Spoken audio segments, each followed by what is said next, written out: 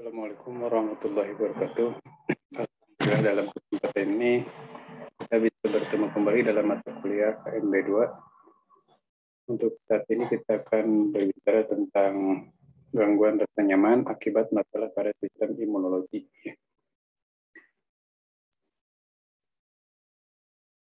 Nah, sebagai pendahuluan kita mungkin sedikit banyak sudah pernah dibahas ya tentang fungsi dari sistem kekebalan tubuh ini.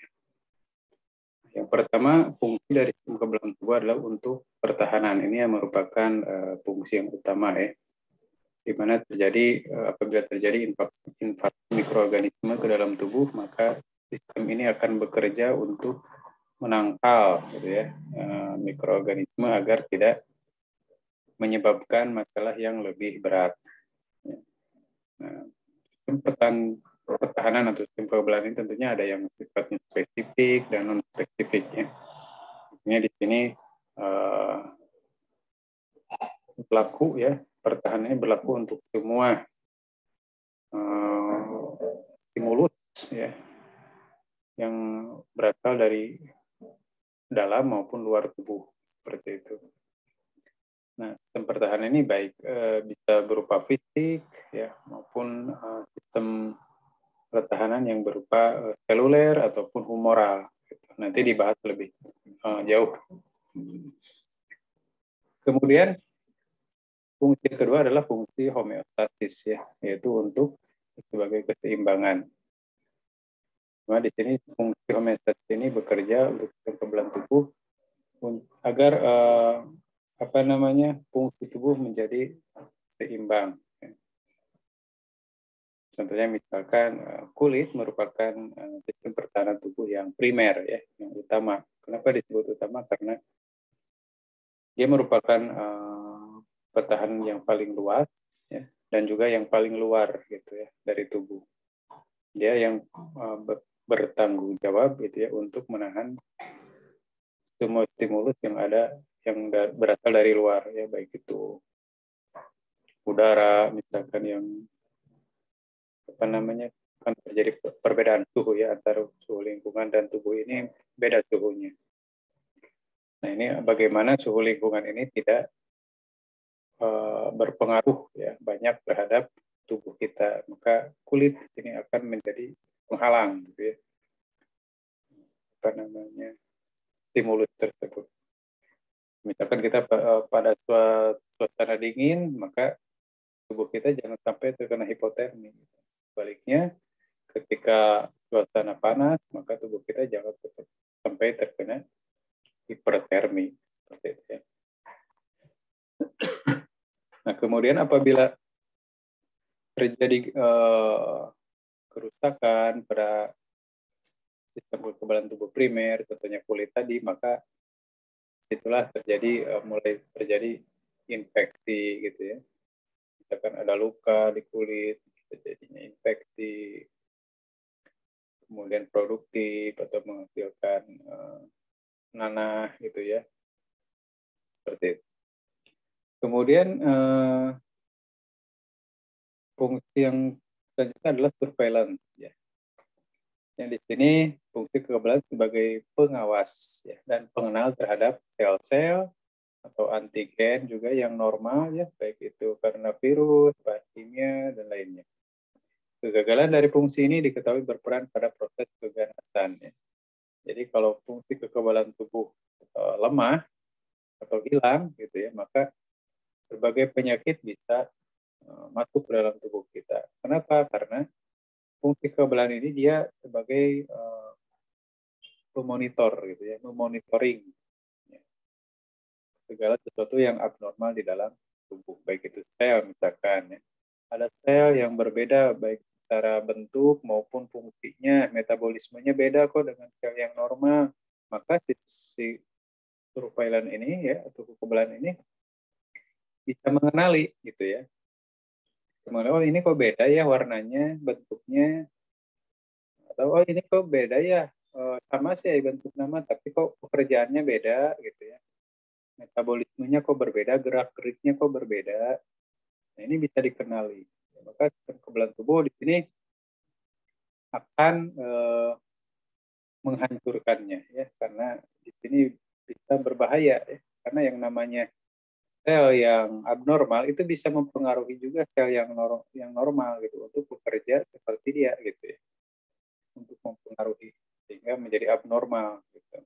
Nah, ini yang dikatakan sebagai keganasan gitu, atau kalau memang belum sampai pada fase sel yang abnormal gitu ya, misalkan keganasan, misalkan terjadinya displasia ya. Displasia itu atau metaplasia ya. Displasia, metaplasia ya. Sel normal tapi bentuknya lain gitu. Sel normal tapi pembelahannya kok agak cepat gitu. Nah, itu displasia. Itu masih sel normal bentuknya tapi pekerjaannya itu beda. Nah, itu kanker atau disebutnya. Itu pun akan diawasi terus gitu ya, karena yang namanya prekanker lama-lama bisa saja menjadi normal kembali ataupun bisa jadi kanker gitu. Nah, surveillance-nya bagus, maka kejadian abnormalitas sel itu bisa dicegah sebenarnya. Nah, kenapa bisa terjadi kanker ya? Kalau dari konsep ini tentunya kalau memang kekebalan mampu mengenali sel-sel yang abnormal, harusnya tidak ada kanker di dalam tubuh manusia kan gitu. Karena setiap abnormalitas itu dikenali dan dihancurkan. Akan tapi di sini kadang-kadang ya, karena berbagai macam faktor, kekebalan tubuh menurun atau terganggu, maka disinilah celah untuk sel yang mengalami abnormalitas ini untuk berkembang seperti itu. Ya. Makanya keganasan ini paling sering terjadi pada orang-orang yang sistem imunnya menurun, ya, seperti kalau penyakit infeksi misalkan HIV, kemudian penyakit kronis ya, yang tidak sembuh-sembuh, kemudian kalau karena faktor usia ya karena pada lansia kan ya, pada lansia, kemudian pada orang yang memakan obat-obatan imunosupresan dalam jangka waktu yang lama gitu. Meskipun sebenarnya faktor penyebabnya itu belum diketahui ya. Kenapa kok bisa abnormal, kenapa kok sel normal kok bisa jadi kanker. Nah, itu sepenuhnya faktor etiologi yang pastinya itu memang belum diketahui. Tapi faktor-faktor yang berkontribusi atau yang yang mempredisposisi gitu ya, yang mendukung terjadinya kanker ya misalkan tadi ya faktor nutrisi, kemudian adanya paparan pada karsinogen ya, zat-zat karsinogen, kemudian usia, penuaan, dan banyak sekali faktor yang mempengaruhi gitu ya, terjadinya keganasan. Nah, sebenarnya si survei ini bisa mengenali ya, oh ini ada keganasan nih, maka saya harus hancurkan. Akan tetapi kadang-kadang fungsi dari atau kekuatan dari sistem kekebalan ini kalah dengan aktivitas dari virus gitu ya, atau aktivitas dari gejala keganasan ini. Jadi kemampuannya misalkan ICC sistem kekebalannya mampunya cuma 100, tapi sel ganasnya ada 100.000 misalkan. Nah, itu kan sangat mustahil untuk dikalahkan gitu, sehingga terjadilah pada sel kanker itu kan banyak nanah, banyak pus, itu kan banyak slaf. Nah, itu masih dikenali oleh sistem kekebalan tubuh tapi inkompeten ya. Jadi sistem kekebalannya mengenai imunokompromis gitu ya. Jadi penurunan kemampuan imun ya. Ini terjadi pada orang seperti orang mengalami keganasan gitu ya, atau kanker, dan juga contoh lain juga orang-orang yang mengalami diabetes misalkan, itu terjadi penurunan sistem imun. Nah, tadi ya, faktor apa sih yang mempengaruhi sistem kekebalan tubuh? Ya, yang pertama adalah faktor genetik. Ya, artinya di sini sifatnya diturunkan, ada keterkaitan famili gitu ya. Ya, misalkan seseorang keluarganya mudah, ya misalkan orang tuanya mudah flu, rapidnya anaknya juga akan sering mudah sekali terkena flu. Misalkan. Atau kalau penyakit misalkan orang tuanya terkena penyakit alergi misalkan ya, alergi asma, maka anaknya juga kemungkinan positif asma gitu ya, ataupun mungkin dia sebagai karir juga bisa gitu ya, seperti itu. Nah, ini sebenarnya konsepnya semua penyakit itu ada unsur genetiknya ya. Kalau penyakit alergi biasanya diturunkan langsung gitu ya. Tapi kalau penyakit-penyakit sifatnya infeksi bukan dari dalam tubuh gitu ya, mungkin karena adanya kecenderungan untuk mudah sekali terpapar suatu bentuk virus gitu ya. Nah, penyakit hipertensi jelas gitu ya, ada udah banyak kaitannya dengan genetik, penyakit diabetes gitu ya. Nah, kemudian juga di sini karakteristik dari sistem imun juga memiliki kecenderungan ya. Artinya di sini apakah orang itu genetiknya kualitasnya bagus atau kurang, nah itu tergantung juga dari faktor familial. Kemudian ada faktor usia berhubungan dengan proses pematangan sistem kekebalan dan proses inaktif sistem kekebalannya. Artinya di sini pada usia dewasa adalah puncak dari pematangan sistem kekebalan tubuh dan semakin menurun sampai usia lansia gitu ya. Jadi semakin lansia, semakin terjadi penurunan kualitas dari sistem kekebalan tubuh. Kalau pada bayi atau ya anak gitu ya, itu belum matur gitu ya. Artinya sistem kekebalannya belum matang. Kemudian faktor metabolik, hormon yang berperan ya. Nah, tentunya di sini beberapa hormon ini akan memicu peningkatan kualitas kesehatan tubuh gitu ya. Tetapi juga kalau berlebihan bisa menurunkan kesehatan. Tentunya di sini hormon metabolik ya, hormon stres, tentunya hormon adrenal ya, glukokortikoid ya. Nah ini dia berfungsi untuk meningkatkan kinerja ya organ gitu ya, kinerja organ seluruh tubuh. Akan tetapi kalau berlebihan, misalkan orang ini stres, psikologis, kecapean gitu ya, dalam waktu yang lama tentunya ya, stresnya stres berat. Nah ini justru akan menurunkan kekebalan. Ya, jadi orang yang stres, banyak pikiran ataupun sering marah, sering tidak puas gitu ya, sering sedih. Kemudian juga orang yang kecapean gitu, terlalu capek, ya. Misalkan pekerjaan yang terlalu capek tanpa ada refreshing atau recovery-nya tidak cukup, ini rentan terkena penyakit ya. Karena hormon stres yang dihasilkan oleh tubuh berlebihan dan ini justru menurunkan kualitas kesehatan dirinya gitu ya. Jadi kita harus memberikan kesempatan bagi tubuh apabila tubuh kita terlalu capek ya, stres fisik, maka ya istirahat, tidur gitu ya. Jangan begadang semacam itu ya. Yang terus-terusan bergerak dalam waktu yang lama, kalau sekali-kali boleh saja kata Bung Haji juga ya. Kalau sedih jangan terlalu bersedih, kita harus bahwa bersedih itu harus ada batasnya gitu. Harus ada waktunya bahwa saya berhenti bersedih kan. Kemudian lingkungan dan nutrisi ya. Itu jelas di sini sistem kekebalan tubuh dibentuk dari zat-zat gizi ya. Baik itu sistem kekebalan tubuh spesifik ataupun non spesifik itu memerlukan zat gizi ya. Terutama di sini jenis protein ya. Jadi orang yang kekurangan intake protein biasanya mudah sakit gitu ya.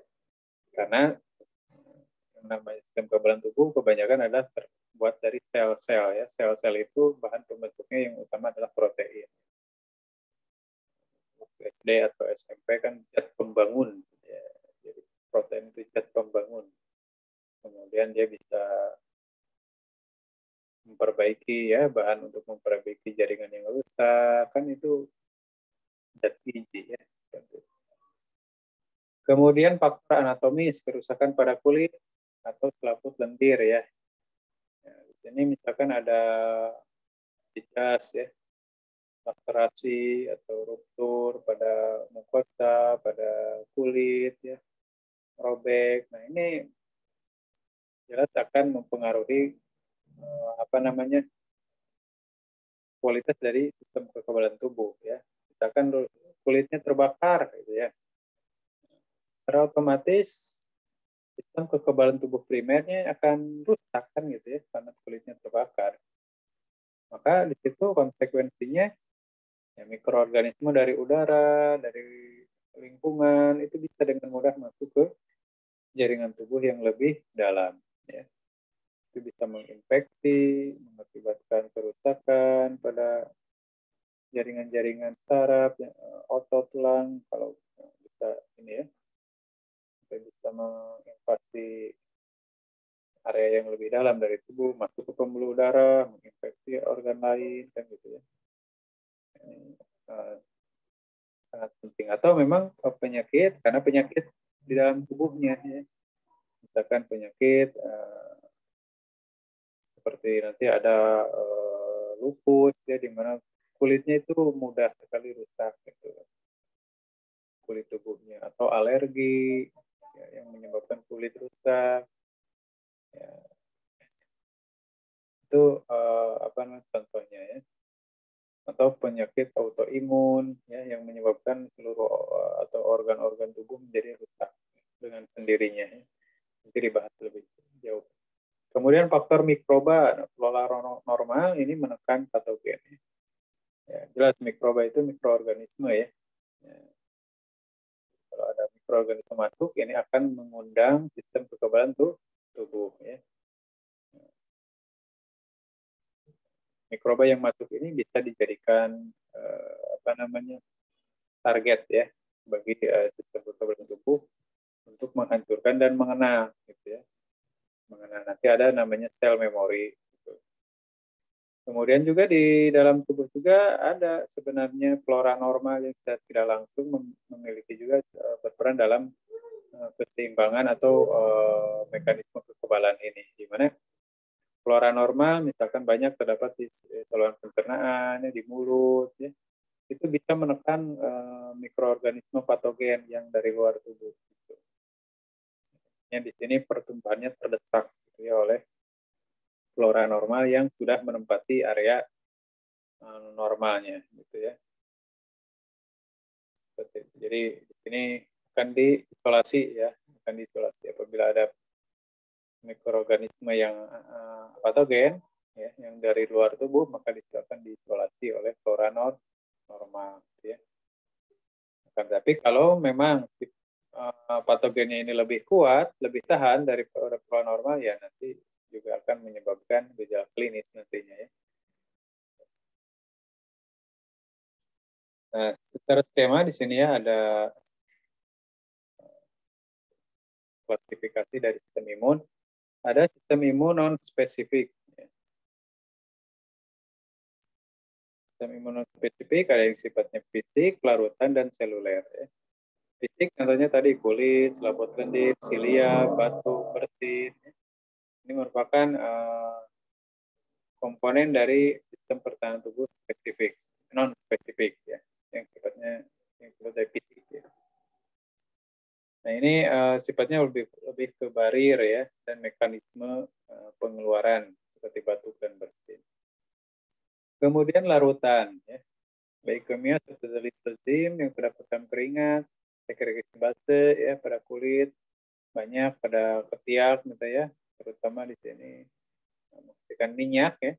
Itu berperan dalam apa namanya pemberian lingkungan ya, suasana lingkungan yang jadi lebih asam gitu ya. Ini adalah untuk apa? Agar mikroorganisme itu tidak betah hidup di sana gitu ya. Kemudian asam lambung ya, sebagian besar mikroorganisme yang masuk ke dalam lambung itu mati ya. Nah, karena tidak tahan dengan keasaman asam lambung. Asam lambung itu sangat asam ya, sehingga ketika mikroorganisme masuk ke dalam lambung itu dinding selnya itu dia akan apa namanya rusak gitu ya. Rusak. Kalau sudah rusak ya mati. Kemudian laktoferin ya yang ada dalam protein ya, ini ada dalam air susu, kemudian asam neraminiki juga ya. Kemudian humoral, komplement, interferon, TRP, ya, reaksi protein ini juga sifatnya ini apa cairan ya, cairan. Kemudian seluler ya, ini yang dimediasi oleh sel-sel yang sifatnya fagosit, ada mononuklir, polimorfonuklir ya. Ini dia akan memakan semua mikroorganisme patogen yang masuk ke dalam tubuh tanpa kecuali ya. Perkara nanti dia akan tidak bisa mendigesnya, tidak bisa mencernanya, maka dia akan rusak ya. Nah, tapi kalau bisa mendigesnya, nah, ini syukur-syukur gitu ya, sehingga infeksi tidak sampai mengundang sel-sel yang sifatnya spesifik. Gitu. Kemudian sel natural killer, ya, sel mast, basophil, ini juga jenis sel-sel yang non spesifik gitu ya. Kalau natural killer ini dia yang biasanya lebih ke sel-sel yang mengalami keganasan ya. Jadi natural killer ya, ini akan menghancurkan sel-sel ganas, sel mast dan basophil. Punya semua jenis mikroorganisme dia akan hancurkan sebisa mungkin. Gitu. Kemudian yang ada juga yang sifatnya spesifik ya, ada yang sifatnya humoral, ya, ada yang sifatnya seluler ya. Humoral ini dihasilkan oleh sel B ya. Sel B ini apa namanya disebut sel B karena dia lahir, berkembang dan dewasa di sumsum tulang ya. Sumsum tulang atau disebutnya bursa ya. Bursa vein dari bursa. Dia sebenarnya satu bahan dengan sel T juga ya. Ya, namanya stem cell. Jadi stem cell ini akan berubah menjadi sel B dan sel T gitu ya. Nah, sel B lahir di sumsum tulang besar dan dewasa di sumsum tulang yang nantinya akan keluar, ada yang di jaringan, ada juga yang di darah gitu ya. Itu sel plasma. Kalau sel B yang masuk ke dalam darah itu sel plasma.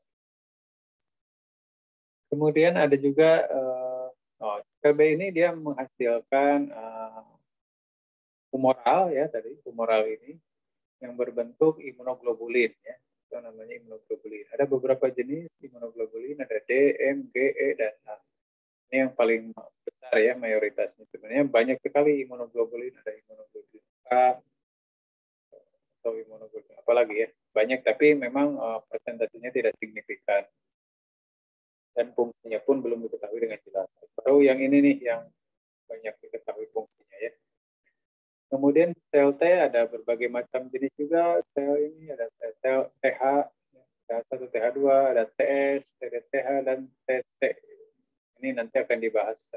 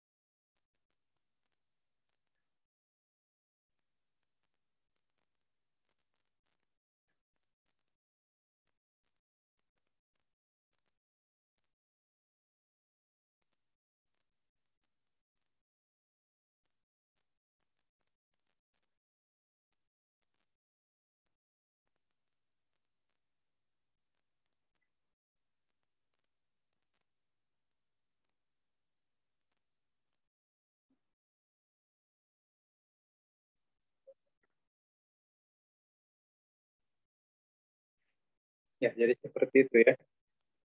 Jadi sistem imun ini akan saling bekerja sama antara sel B dan sel T gitu ya, untuk menghancurkan mikroorganisme.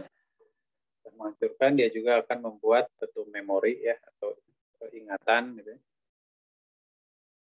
mengingat mikroorganisme yang pernah masuk ke dalam tubuh. Nah, faktor dan kejadian yang mempengaruhi sistem imun yang pertama adanya infeksi, alergi ya. Nah, kemudian kelainan autoimun. Pada infeksi ini akan mengundang kerja dari sistem imun. Alergi di sini memang sistem imun yang bekerjakan, tapi kalau sifatnya alergi ini ada pencetus ya, stimulus yang spesifik ya, ada alergen yang spesifik yang memicunya. Apabila alergennya dihindari, maka reaksi dari sistem imun ini tidak terjadi gitu ya. Kemudian kelainan autoimun. Penyakit autoimun ini stimulusnya itu berasal dari dalam tubuh dia sendiri, gitu ya, penderita sendiri. Kalau alergi biasanya ini dari luar, kalau autoimun biasanya alergennya itu dari tubuh sendiri. Biasanya di sini autoimun ini yang dimaksud dengan alergennya itu adalah sel atau jaringan tubuh kita sendiri, sehingga sistem imun menghancurkan tubuh kita sendiri. Itu namanya penyakit autoimun.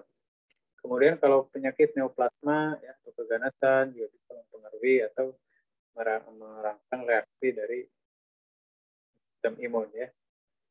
Kemudian keadaan sakit kronis, riwayat pembedahan, imunisasi, pengobatan, ya, transfusi darah, ya. Di sini orang yang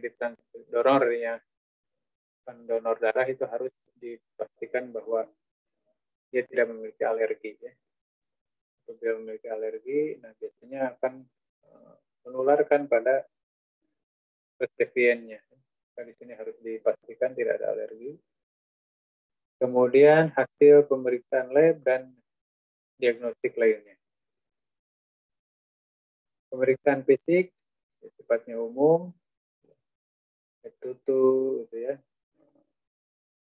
Kemudian cek dari spesimen, ya. Cek diagnostik, apakah terjadi infeksi atau kelainan. Kemudian palpasi nodus simpatikus, ini apakah ketika dalam pemeriksaan fisik apakah terjadi pembengkakan pada nodus limpa. Kemudian pemeriksaan kulit dan mukosa, apakah biasanya terjadi, apakah si penyakit dari yang mendasarinya itu merusak dari kulit atau mukosa, gitu ya. Misalkan pada SLE ya, SLE itu penyakit autoimun, maka di sini apakah autoimunnya bagaimana parah merusak kulitnya dan mukosanya. Ya. Ini dicek di pemeriksaan fisik. Ya. Kemudian juga alergi ya, dan riwayat alergi, gejala yang dialami dan pada sesuatu yang menyertai, riwayat pemeriksaan dan pengobatan yang pernah dan sedang dijalani. Ini perlu diketahui ya, untuk mengetahui jelas faktor penyebab alerginya itu apa ya. Tadi bahwa yang namanya alergi itu ada stimulasi dari luar ya, spesifik. Sehingga dengan pengkajian riwayat alergi, riwayat kontak dengan alergen tertentu, kalau tidak tahu saya mau ujuk-ujuk ya, tapi biasa nama dari ketika udara dingin, nah, mungkin atau bulu kucing, biasanya ada kucing lewat langsung ada rarate misalkan gitu ya. Sehingga bulu kucing ini baru suspek gitu ya, baru tersangka gitu, penyebab reaksi alergi. Itu mungkin perlu dilakukan tes provokasi ya. Jadi si pemeriksa itu mengambil bulu kucing dan kemudian sengaja ditempelkan ke atau didekatkan ke si ini, penderita dilihat reaksinya apakah mengalami alergi atau tidak. Kalau misalkan ada yang alergi sabun cuci, ya coba disesuaikan untuk memastikan benar dia alergi, ya, seperti itu. Kemudian penyakit kronik dan pembedahan, ya, penyakit kronik DE, penyakit ginjal, ya, PPOK, terapi yang sedang dijalani, riwayat operasi pengangkatan limpa, nodus simpatikus, konjaktimus, ya, ini jelas akan mempengaruhi kualitas dari sistem imun, ya. Kemudian adanya riwayat transplantasi organ, gitu ya. Pergantian organ ini bisa bisa menjadikan reaksi alergi atau reaksi kekebalan tubuh untuk menghancurkan organ yang ditransplantasi ini, ya. Karena yang namanya organ dari luar itu kan menjadi benda asing, ya, benda asing bagi tubuh kita, dan ya kalau benda asing kan harus dihancurkan. Tapi sekarang operasi-operasi transplantasi organ itu sudah bagus, ya, sudah bagus, sudah sudah banyak yang berhasil gitu. Kemudian obat juga ada sekarang antibody, ya, jadi obat yang diberikan mungkin bisa beberapa tahun harus meminum obat tersebut, ya, untuk mencegah agar si antibody ini tidak menyerang organ yang ditanam tadi, ya.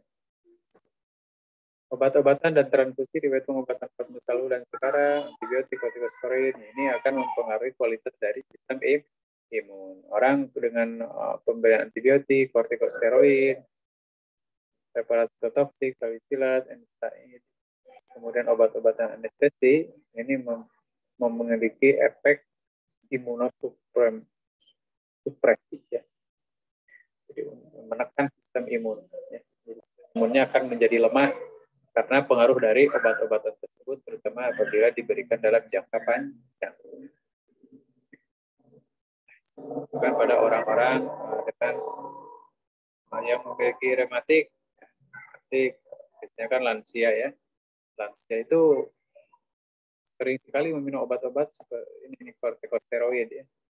Kortikosteroid memang bukan menyembuhkan gitu, ya, meredakan radang kan. Kalau rematik kan misalkan di lentur lah gitu, ya. Di lutut itu suka nyeri, panas, minum steroid itu bisa sembuh, ya. Jadi radangnya berhenti, tapi sebenarnya bukan berarti penyakitnya sembuh, tapi dia menekan sistem imun agar sistem imun tidak menyerang sendi, gitu, ya. Kenapa radang? Karena ada reaksi sistem imun. Nah, sistem imunnya disupresi, ditekan sehingga radangnya tidak terjadi, tetapi penyakit-penyakit lain seperti bakteri, virus, jamur itu dengan mudah bisa merusak dari organ tubuh lain, gitu, ya, atau menginfeksi tubuh lain. Riwayat transfusi darah tadi sudah dijelaskan. Nah, ini dites, ya, tes alergen beberapa jenis. Mungkin alergen apakah dia sensitif atau tidak, ya. Nah, ini dicek apakah ini ada misalkan ditempelkan kulit bulu kucing, bulu anjing gitu, ya, bulu kuda gitu. Wow. Ya, apakah dia gatel-gatel itu. Nah, ini tes provokasi namanya. Jadi sengaja kita provokasi reaksi alerginya, ya. Kemudian ini masuk ke humoral, ya. Humoral immunity apa sih? Humoral immunity itu, ya, yang spesifik ini. Ini difasilitasi oleh limfosit B, ya, atau plasma sel kalau sudah masuk ke dalam darah. Diproduksi di sumsum tulang dan membuat antibodi tadi, ya, imunoglobulin, ya, IgM, IgD, IgE, IgA, IgG, ya.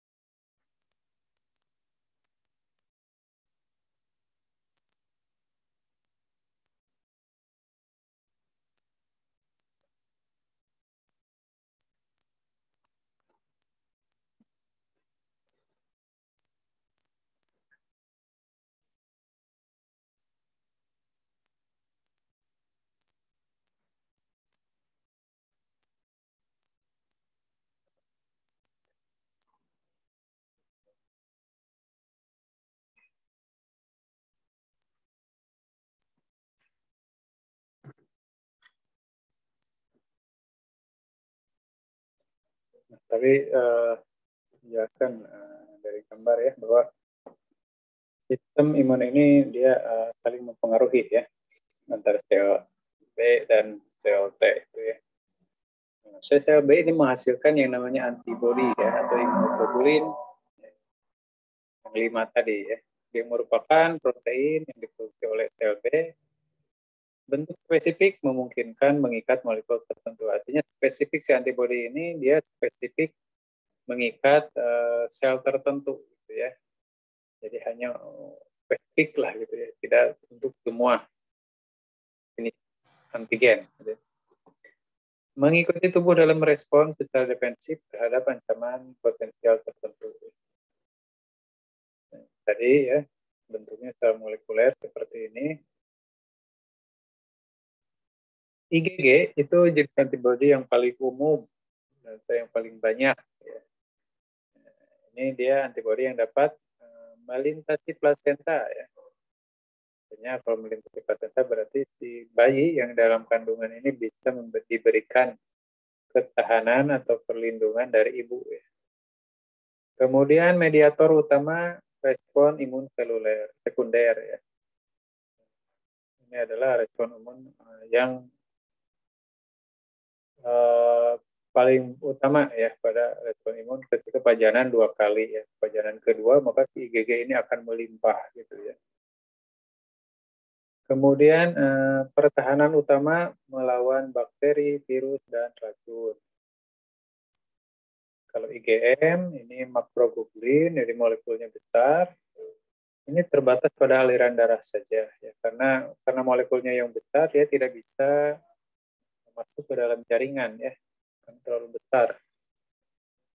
Dia bisa masuk ke pori-pori pembuluh darah gitu. Kemudian antibodi pertama yang muncul sebagai respon terhadap kehadiran antigen ya, dan agen respon imun utama. Kemudian kalau IgA, antibodi hasil sekresi ya, terutama ditemukan dalam air liur, air mata, sekresi pernapasan, sekresi saluran pencernaan. Ini pada air susu juga banyak IgA ya, karena dari cairan-cairan tubuh. Ya. Kemudian pertahanan terdepan dalam melawan bakteri dan virus. Kalau IgD, perannya tidak sepenuhnya dipahami. Tingkat dalam serum sedikit ya. Konsentrasi tinggi pada sel B. Dapat bertindak sebagai reseptor yang memicu produksi antibodi lainnya. Nah, ini memang sepenuhnya belum dipahami. Baru di sini konsentrasinya memang banyak di dalam sel B ya, tapi sedikit di dalam serum. Ini hanya di dalam tubuh sel aja gitu banyaknya. Kalau IgE tingkat dalam serum sangat rendah juga, kemudian terikat terutama pada sel mast dalam jaringan. Jadi si IgE ini dia setelah dihasilkan oleh sel B, maka dia akan menempel pada sel mast. Ya. Dan sel mast inilah yang membawa si IgE ini. Mengontrol respon alergi dan mencegah infeksi parasit. Jadi kalau ada parasit gitu ya, atau antigen, maka sel mati ini akan melepas dari IgE ini. Tadi sel B, sekarang sel T ya. Sel mediated immunity, sel limfosit atau sel T ini berupa atau berasal dari sumsum tulang, kemudian diubah atau dimatangkan ke timus. Makanya disebut T itu karena kependekan dari T, timus ya. Jadi dia kalau si sel T seperti sel B lahir di sumsum tulang, kemudian akan tetapi ketika proses pematangannya atau pendewasaannya dia bermigrasi ke kelenjar timus ya. Kelenjar timus itu ada di sekitar dada lah gitu ya. Ada kelenjar timus, itu tempat pematangannya, makanya disebut sel T. Bertanggung jawab untuk memediasi imunitas seluler ya. Seperti tadi dijelaskan di awal ya. Ada berbagai macam jenis sel T. Nah, ini ada yang namanya sel T pembantu ya. Atau disebut CD4 atau T helper ya, TH ini. T helper ya, pembantu. Kemudian ada sel sitotoksik, sel T pembunuh atau TT. Sel T sitotoksik ya. Ada sel penekan ya, atau sel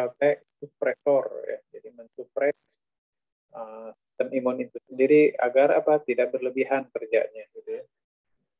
Kemudian sel memori atau sel TM ya. Nah, ini tadi ya.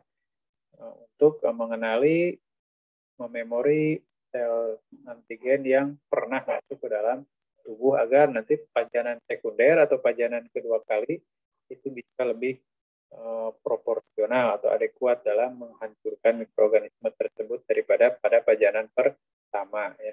Ya, kadang-kadang kan kalau pajanan pertama kan baru kenal ya, baru tahu, baru kenal, jadi tidak terlalu tahu karakter si antigen tersebut. Nah, mungkin kalau pajanan pertama itu sifatnya reaksinya lemah dan penyakitnya agak lama. Tetapi kalau pajanan kedua itu akan lebih cepat diselesaikan ya, karena sudah dikenal sebelumnya. Ini kan prinsip dari apa namanya, imunisasi ya. Imunisasi itu sengaja dipaparkan untuk didapatkan sel memorinya. Gitu ya. Kemudian helper, nah master on switch, on switch ya, sistem kekebalan tubuh. Jadi si helper ini dia yang pertama-tama mengaktifkan sistem bekerja kekebalan tubuh ya, mengenali antigen, merekresi limfokin yang mengaktifkan semua sel sistem kekebalan lainnya dan merangsang sel B untuk memulai proses pembentukan antibodi ya, atau IG ya, IG antibodi. Jadi helper ini helper ini sebagai monitor ya, sebagai monitoring, sebagai surveyor tadi ya, surveillance ya, surveillance yang memonitor di seluruh tubuh apakah ada kelainan, baik ada antigen maupun sel-sel yang abnormal. Tadi ini dipelajari oleh sel helper ya. Kemudian ada juga sel T sitotoksik atau killer ya. Ini merespon pada adanya antigen dan limfokin yang diproduksi oleh T4 ya.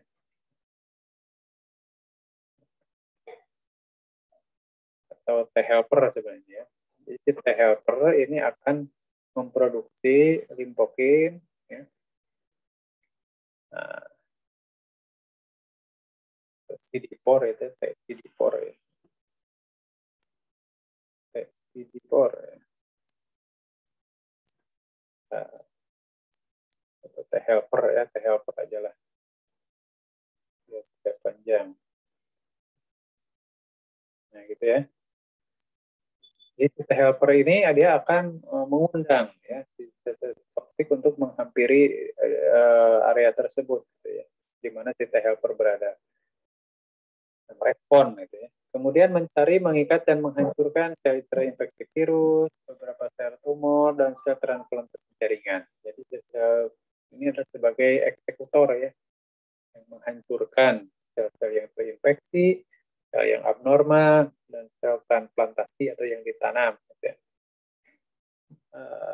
Kemudian dapat mematikan beberapa sel secara berurutan. Ada juga sel T supresor ya. Setelah infeksi itu dapat dikendalikan, diatasi, gitu ya, maka si sel T suppressor ini akan memberikan feedback agar si respon imun ini berhenti, gitu ya. Jadi jangan terus-terusan melakukan pengerusakan, ya, karena yang namanya perlawanan terhadap antigen, gitu ya, atau pertempuran melawan antigen, gitu, itu juga akan merusak daerah yang dijadikan medan pertarungan tersebut, gitu ya.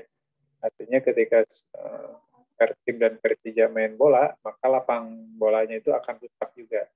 Nah, untuk menyelamatkan lapang agar tidak rusak parah, kalau sudah permainannya berhenti, maka si pemain itu harus, misalkan Persijanya kalah ya, 7-0 misalkan. Nah, maka pemain Persib itu jangan terus-terusan main bola di lapang, gitu.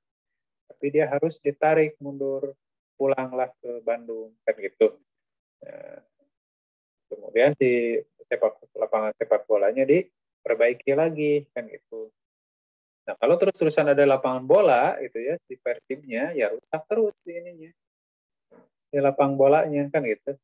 Nah, ini fungsi T suppressor ini dia akan menekan ya atau menarik dari kekebalan tubuh yang masih melakukan aktivitasnya. Karena ya antigennya sudah hancur, sudah habis gitu. Jangan terus-terusan berada di sana lah gitu ya secara bahasanya gitu ya. Menurunkan dan mengurangi respon imun. Ini yang tidak terjadi ketika orang itu reaksi alergi ya. Alergi ini dia tidak proporsional gitu ya antara stimulusnya dengan responnya seperti itu. Jadi stimulusnya cuma kan bulu ya, bulu mah apa sih ya? Bulu kucing gitu ya, bulu anjing, bulu wol, itu debu, itu kan sebenarnya ya tidak berbahaya gitu ya. Masuk ke saluran pernapasan pun ya nempel lagi nanti di sekret gitu kan, dikeluarkan lagi lewat batuk atau telan gitu ya. Ya hari di kelas mampir aku batuk gitu kan. Ya reker di kelas ngomong batuk leg gitu kan. Leg gitu. Karena ya kira aku ngeludah di kelas gitu kan. Itu kan tidak akan terjadi masalah kalau pada orang yang normal. Tapi kalau yang tes supresornya ini berkurang fungsinya, maka flu ini dia akan dihancurkan terus menerus gitu ya, padahal benda mati gitu ya. Dihancurkan tuh akhirnya kan lapang bolanya rusak. Ya. Pasiennya jadi orang misalkan menderita asma ya jadi batuk-batuk, sesak, sekretnya meningkat ya. Itu karena tidak proporsional atau disebut hiperaktivitas ya. Jadi hiperaktivitas selalu berlebihan responnya. Kemudian ada juga sel T memory ya, ini yang tadi ya untuk mengenal dari mikroorganisme yang masuk ke dalam tubuh ya. Pernah menemui antigen spesifik tubuhnya, kemudian menanggapi dengan cara yang disempurnakan pada eksposur berikutnya ya. Jadi pajanan-pajanan berikutnya maka respon kekebalan ini akan lebih sempurna gitu ya dan proporsional. Kita tidak tahu bahwa di dalam tubuh kita ini terinfeksi beberapa jenis mikroorganisme ya. Akan tetapi karena tubuh kita sudah mengenal dulu ya pernah juga terinfeksi ini.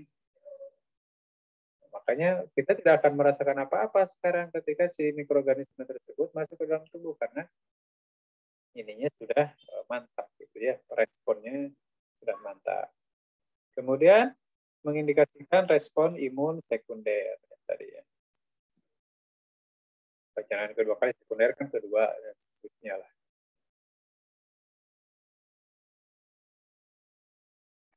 Nah ini tugas ya dari untuk kelompok B, kelompok 3B